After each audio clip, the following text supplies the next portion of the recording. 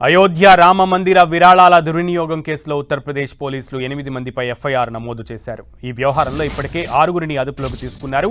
ఇప్పటికే విచారణ జరిపిన 3 సభ్యుల ప్రత్యేక దర్యాప్తు బృందం ఇచ్చిన నివేదికను ఆధారం చేసుకుని కేసు పెట్టినట్లు తెలుస్తోంది.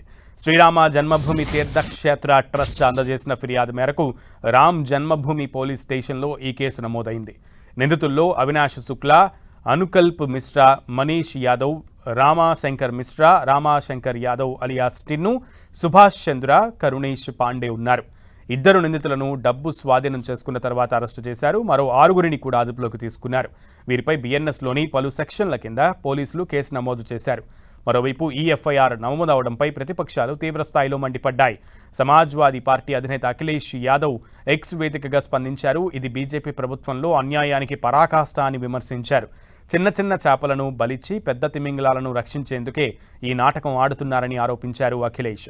సిట్ పేరుతో కీలక ఆధారాలన్నింటినీ కూడా చెరిపేసి ఎవరికి కాపాడాలో, ఎవరిని ఇరికించాలో ముందే స్క్రిప్ట్ రాసుకున్నారని, ఆ తర్వాతే ఈ ఎఫ్ఐఆర్ నమోదు చేశారని ఆరోపించారు అఖిలేష్ యాదవ్. అయోధ్య రామాలయం నిధుల వివాద వ్యవహారంలో మరో సంచలన విషయం వెలుగులోకి వచ్చింది. సిట్ ప్రక్రియను సాకుగా చూపిస్తూ ఆలయానికి సంబంధించిన ఆర్థిక వివరాలను బహిర్గతం చేసేందుకు శ్రీరామ జన్మభూమి తీర్థక్షేత్ర ట్రస్ట్ నిరాకరించింది.